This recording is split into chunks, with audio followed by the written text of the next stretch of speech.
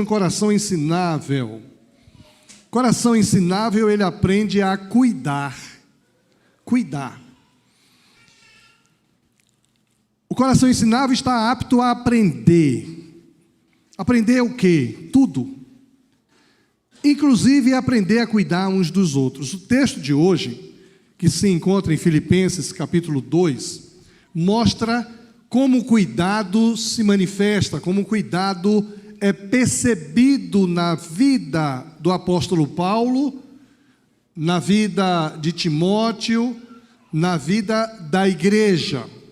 O texto bíblico diz assim: se for da vontade do Senhor Jesus, espero poder logo lhes enviar Timóteo para que eu fique animado quando receber notícias de vocês. Pois Timóteo é o único que se preocupa com vocês como eu me preocupo. E é o único que, de fato, se interessa pelo bem-estar de vocês. Pois todos os outros se preocupam com os seus próprios interesses e não com os de Jesus Cristo. Eu achei esse texto tão interessante que aqui no meu esboço eu grifei. Pois todos os outros se preocupam com os seus próprios interesses e não com os de Jesus Cristo. E eu comecei a pensar que muitos de nós hoje nos preocupamos demais com o nosso próprio interesse e não nos preocupamos com o interesse de Jesus. Muitos, inclusive, vêm à igreja pelos seus próprios interesses. Versículo 22, e vocês sabem muito bem como Timóteo provou o seu valor. Ele e eu, como se fôssemos filho e pai, temos trabalhado juntos no serviço do Evangelho. Portanto, espero enviá-lo a vocês logo que eu souber como vão ficar as coisas aqui para mim. E confiado no Senhor, penso que eu mesmo poderia ir logo até aí. Também acho que é preciso enviar a vocês o nosso irmão Epafrodito. Esse é um nome esquisito, né? Epafrodito. Alguém já conheceu um Epafrodito aí na vida? Não. Então, quando o filho de vocês nascer, um nome sugestivo, Epafrodito. Né? Tadinho desse menino, é judiar dele, né? Mas era o sujeito lá na época de Paulo. Quem era Epafrodito? Meu companheiro de trabalho e de lutas, o qual vocês enviaram para me trazer a ajuda que eu precisava. Ele tem tido muitas saudades de todos vocês e tem andado muito preocupado por vocês terem sabido que ele estava doente. Esse comportamento da igreja de ter saudade dos irmãos. Ontem à tarde eu tomei em Brasília um café com o pastor Gilberto, que foi preletor no Family de 2023.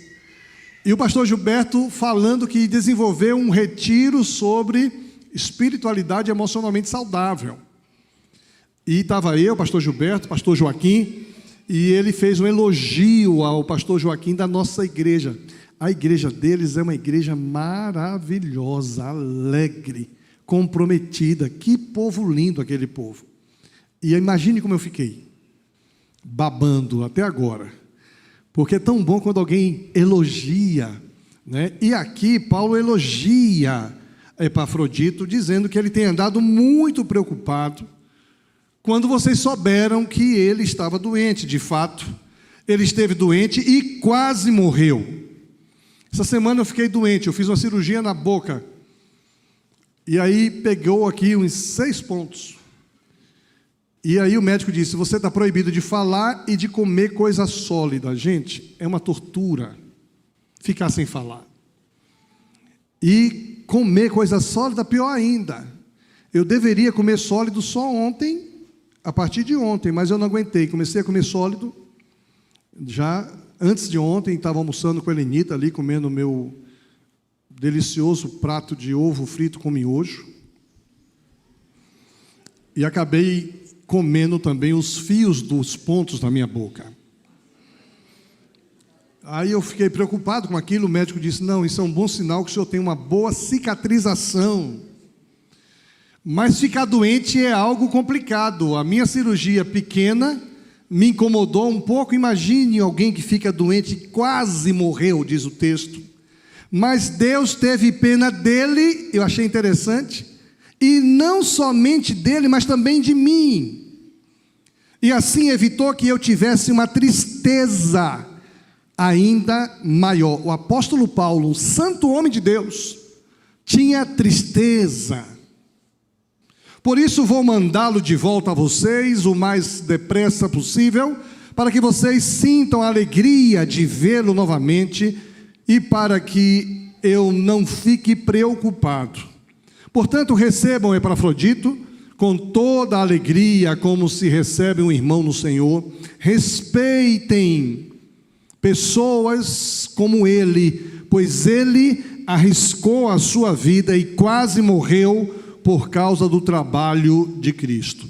Ele fez isso para me dar a ajuda que vocês não podiam me dar pessoalmente. Aprendendo a cuidar com os corações no céu, porém com os pés na terra.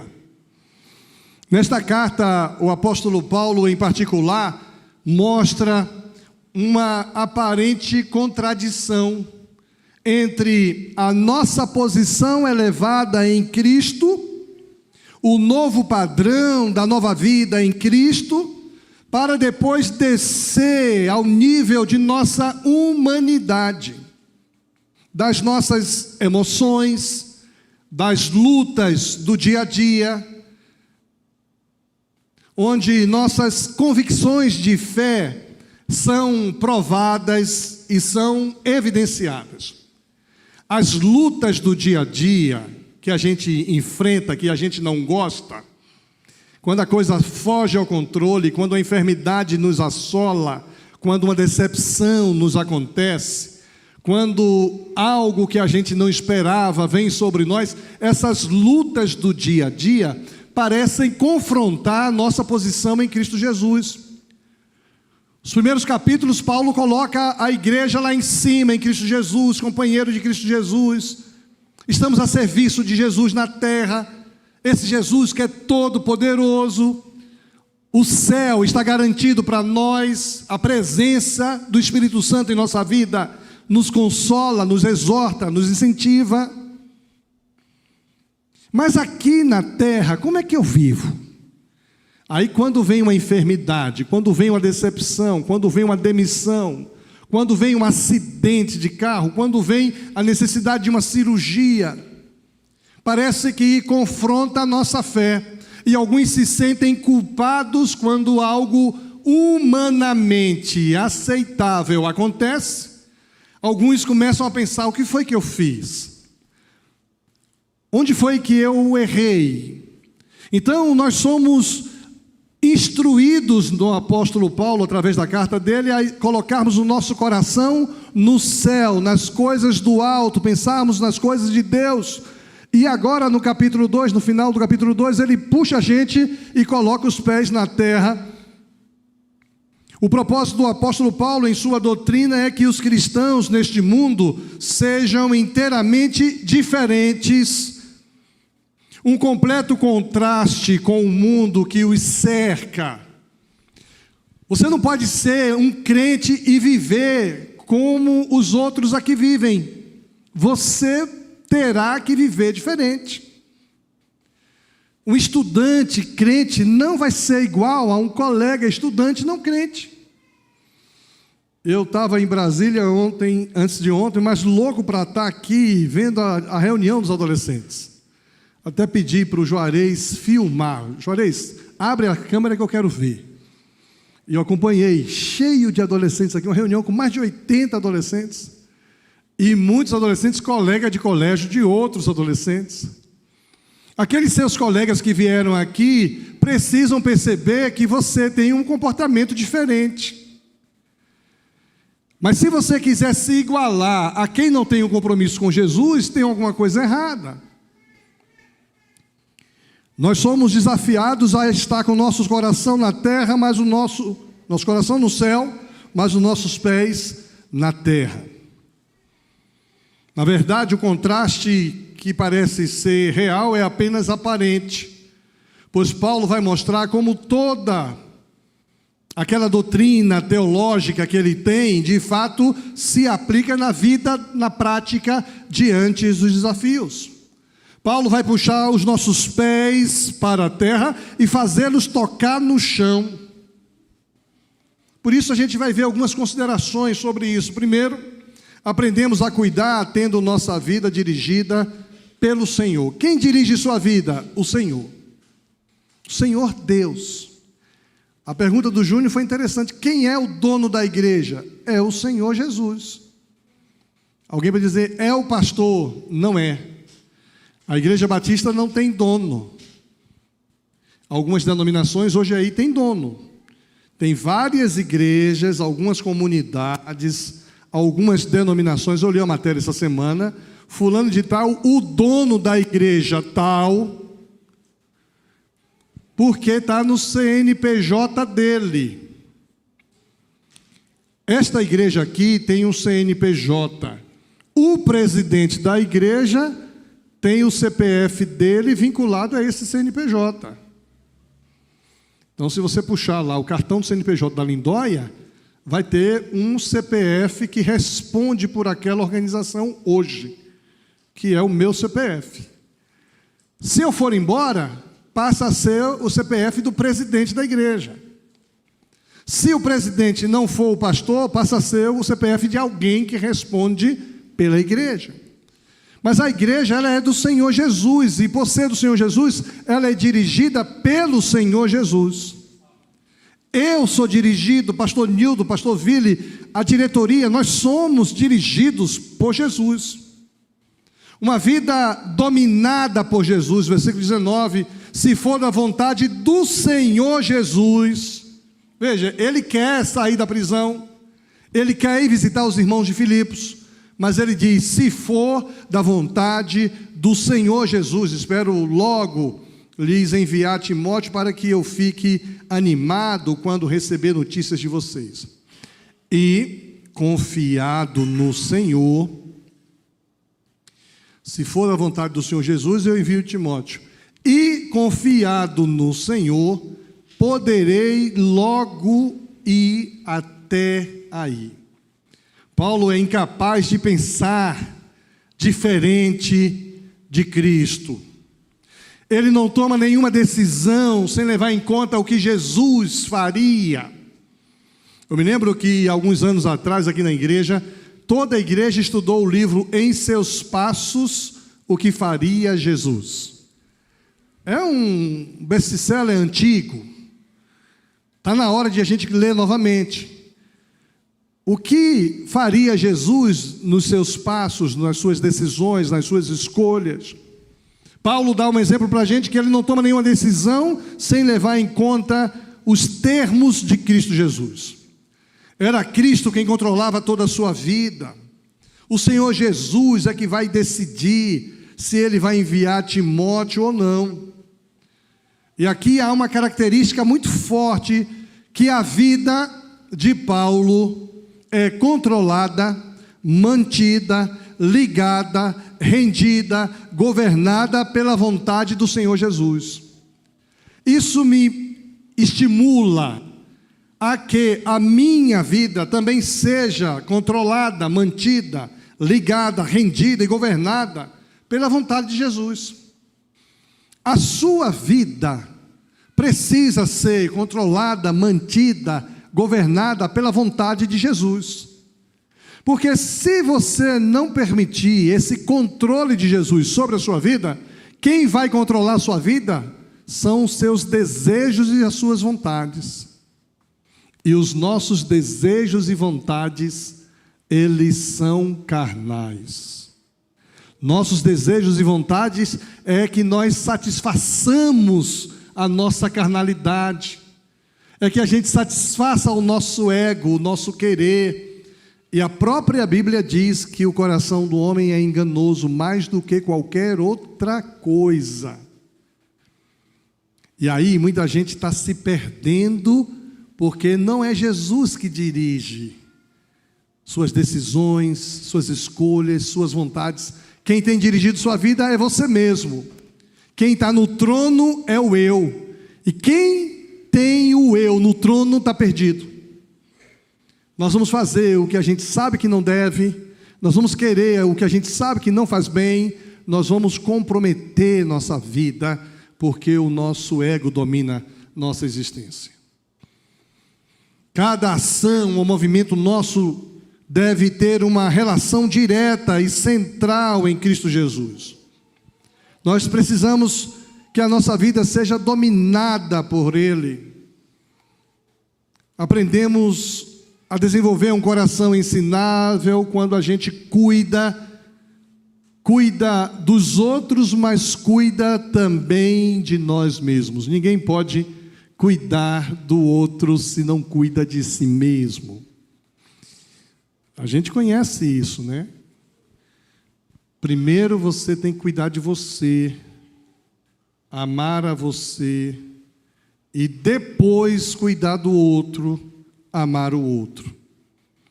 Se você não cuidar de você, você não tem condições de cuidar do outro.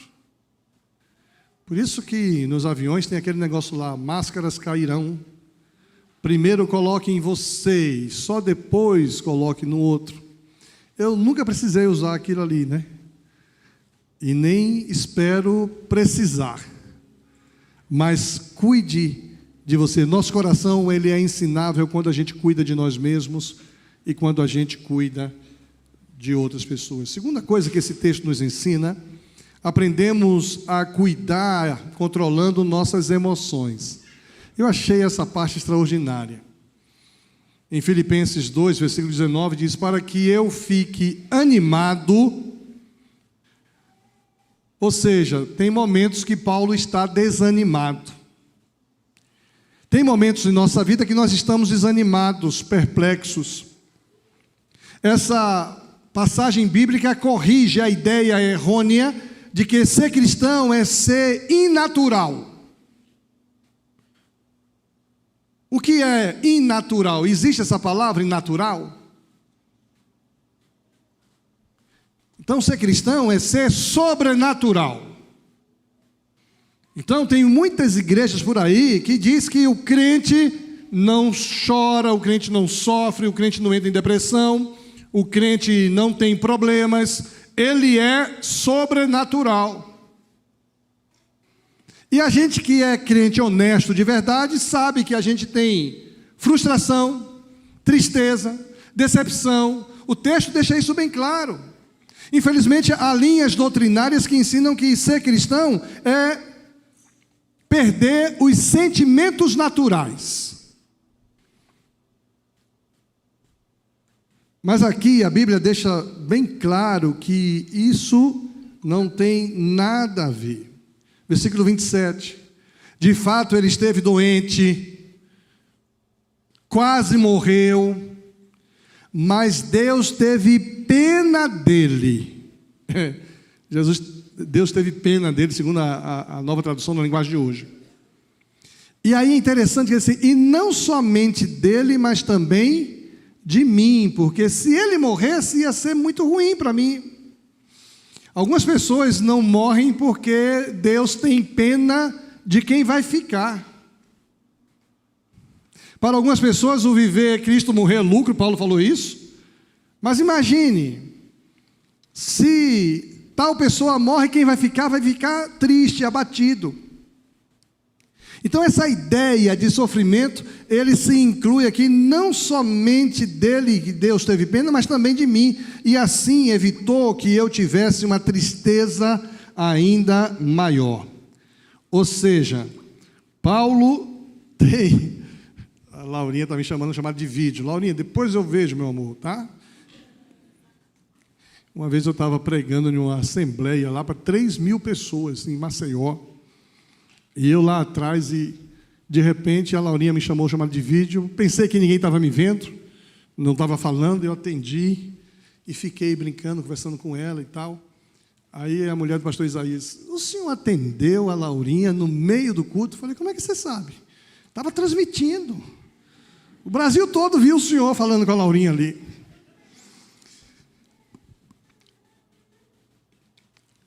Essa ideia de sofrimento, a minha tristeza, Paulo se entristece e essa tristeza pode aumentar. Paulo sentia-se desolado com a possibilidade de perder Epafrodito. Interessante que lá em 2 Coríntios, Paulo fala dos sentimentos humanos que todos nós temos. 2 Coríntios capítulo 7, versículos de 5 em diante, ele diz assim: porque chegando nós na Macedônia, nenhum alívio tivemos. Crente não tem perturbação. Paulo nenhum alívio teve. Pelo contrário, em tudo fomos atribulados. Lutas por fora, temores por dentro. Imagine um indivíduo que luta por fora e por dentro está com medo. Porém, Deus, que conforta os abatidos, nos consolou com a chegada de Tito. E não somente com a sua chegada, mas também pelo conforto que recebeu de vós, referindo-nos à vossa saúde, o vosso pranto, o vosso zelo por mim, aumentando assim o meu regozijo. Não podemos negar sentimentos. Por que estáis abatida, ó minha alma? Já dizia o profeta, o salmista. Por que te perturbas dentro de mim? Medos, ansiedades, saudades, tristezas, alegrias. Isso é o que nos faz seres humanos. O próprio Senhor Jesus, como homem, viveu todas essas emoções. Então, quando a gente aprende a controlar essas emoções, nós começamos a ter condições de cuidar do outro, nosso coração se torna ensinável. Então, tem gente que quer negar as emoções. Eu vejo uma mãe, por exemplo, uma criança corre, cai, bate a cabeça. A mãe quer consolar, pega, não foi nada, meu amor, não foi nada. Como não foi nada, mãe? Bateu a cabeça, doeu, não doeu, filhinha? Doeu muito. Pode chorar, porque está doendo. Aí a criança chora, que é uma beleza. Falei, continua doendo? Continua, então continue chorando. Aí a criança percebe e para de chorar. Eu já fiz isso aqui várias vezes. Porque o coração de mãe, consolador, quer dizer que não foi nada. É consolo, mas na cabeça da criança faz uma confusão. É incoerente, está doendo, ela diz que não foi nada. Eu tenho que chorar, ela disse para eu parar de chorar. Igual o pai, na minha época, que o pai dava uma surra na gente, disse assim, engula o choro, menino. Como engolei o choro? Você bateu em mim, rapaz. Já tem um constrangimento de chamar a atenção, né? Ninguém gosta de chamar a atenção, ser chamado a atenção. Quando alguém chama a atenção de outro, a gente fica extremamente constrangido, né? Então, na verdade, os sentimentos humanos mostram que nós somos pessoas, seres humanos, e Paulo deixa isso muito claro. Há momentos que a gente vai chorar. Por que você vai chorar? Porque a gente está triste. E a gente precisa entender isso. Quando a gente vive o luto, por exemplo, a gente tem que viver, não negar isso. Eu sei que tem a fase da negação, mas admitir o luto. Estou com saudade, vou chorar. Mas quando eu estiver alegre, essa semana eu estava de pijama, 2 da tarde, eu e Fátima, né, que tinha operado a boca, a Laurinha entra na chamada de vídeo. Vocês ainda estão de pijama? Tirem já esse pijama. Eu falei, olha aí. Ela percebeu que eu estava de pijama, tire logo esse pijama. Eu falei, quem é que fala assim com ela, que ela aprendeu a dar ordem? Mas a gente às vezes quer mudar o sentimento, mudar o comportamento, mudar a reação das pessoas. Aprendemos a cuidar controlando nossas emoções, aprendendo a cuidar considerando nossas limitações. De fato, ele esteve doente e quase morreu, mas Deus teve pena dele, e não somente dele, mas também de mim, porque eu sou limitado. Imagine se esse indivíduo morre a minha tristeza ia ser muito grande. Eu admito minhas limitações. Eu não sou um super-homem, eu não sou uma super-mulher. Eu preciso compreender Paulo, que fora capacitado por Deus para curar muita gente. Lá em Éfeso, por exemplo, até o lenço de Paulo curava as pessoas. Olha que coisa aqui. Pegava um lenço de Paulo, colocava sobre o doente era curado. Mas nesse caso aqui, Paulo não pode fazer nada. Não há aqui uma contradição. Por que o lenço de Paulo curou e agora ele não conseguiu curar? Ele orou para que Deus curasse Epafrodito. O Espírito Santo distribui os dons como Ele quer. O Espírito Santo decide curar uma pessoa de maneira miraculosa e outra não. Ele permite passar por uma cirurgia e a outros Ele permite que morra em uma cirurgia. Tudo está sob o controle e soberania do Senhor Deus. É Ele quem decide o que acontece. Lá em Mateus 8, versículo 2, diz: eis que um leproso, tendo se aproximado, adorou ao Senhor, dizendo: Senhor, se queres, pode purificar-me. Se Jesus quiser, Ele pode fazer tudo da vida aos mortos. Ele pode fazer o que Ele quiser, mas é Ele que tem que querer. Mas aí a gente tem hoje vários grupos de igreja, geralmente daqueles que têm dono, que quer dar ordem em Deus, que vende inclusive a oração forte, que vende inclusive a bênção. Eu e você precisamos ter um coração ensinável. E o coração ensinável tem uma razão de ser: cuidar de nós mesmos e cuidar das pessoas que estão ao nosso redor. Para isso, nós precisamos que nossas vidas sejam dirigidas pelo Senhor. Quem tem dirigido sua vida até aqui? Quem tem dirigido os seus pensamentos, suas escolhas, suas decisões, suas vontades até aqui? Tem sido você? Eu queria pedir para você imitar o apóstolo Paulo e permitir que Jesus dirija. Pastor Marcílio escreveu um livro: Não a minha vontade, mas a tua vontade. Não os meus caminhos, mas os caminhos teus. Por isso que Jesus, ensinando os discípulos a orar, diz assim: seja feita.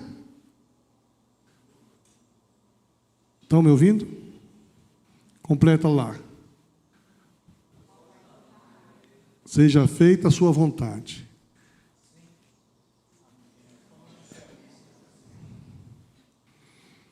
Você acha que lá no céu a vontade de Deus não é feita?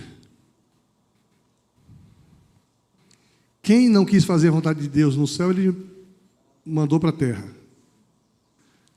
No céu a vontade de Deus é feita. É igual aquele pai mandão na casa: na minha casa mando eu. Se você quiser fazer sua vontade, vá para a sua casa. Não é assim? Eu estou na minha casa. Mas Jesus ensina: seja feita a sua vontade, aqui na terra como no céu. O Dr. Luiz Renato, no Retiro de Casais, falou o assim como, a importância do assim como. Que você aprenda a ser dirigido pelo Senhor. Quando você tiver desejos carnais, desejos humanos, desejos pecaminosos, desejos egoístas, você ore: Senhor Jesus, muda a minha maneira de pensar. Dirige meus pensamentos. Dirige minhas vontades. Senhor Jesus, me ajude a controlar minhas emoções, porque eu estou com uma raiva nesse momento. É natural ter raiva, mas você peça a Jesus para ajudar a controlar seus sentimentos, senão você se perde.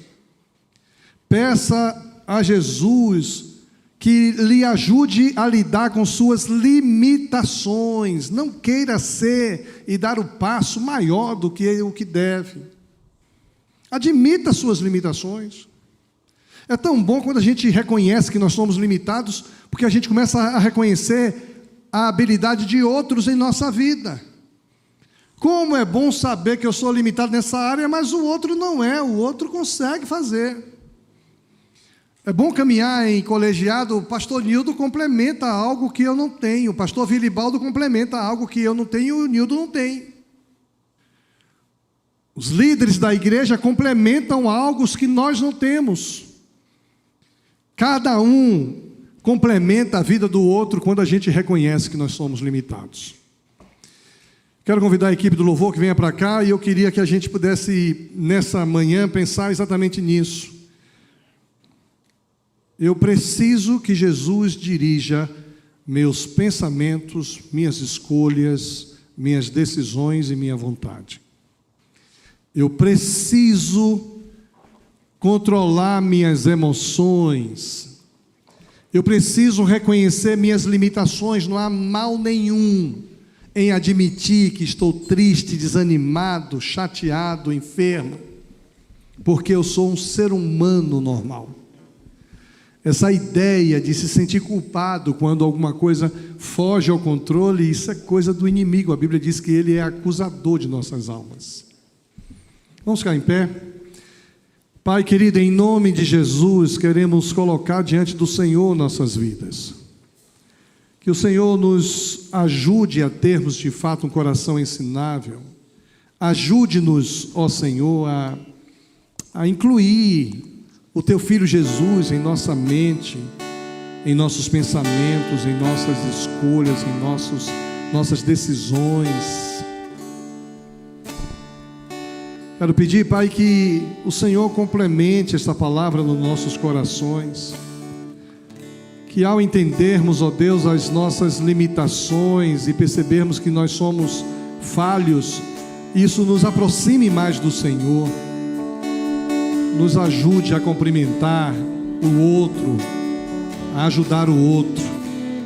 Que o Senhor derrame sobre nós a Tua graça. Obrigado, ó Deus, por tudo que a gente pôde viver nesta manhã na Tua casa. E eu quero agradecer por tudo que viveremos hoje à noite. Que o Senhor esteja presente aqui, falando ao nosso coração. Que o Senhor use o batismo, a ceia do Senhor para comunicar a Tua graça. Dá-nos, ó Deus, uma tarde na Tua presença, em nome de Jesus. Amém.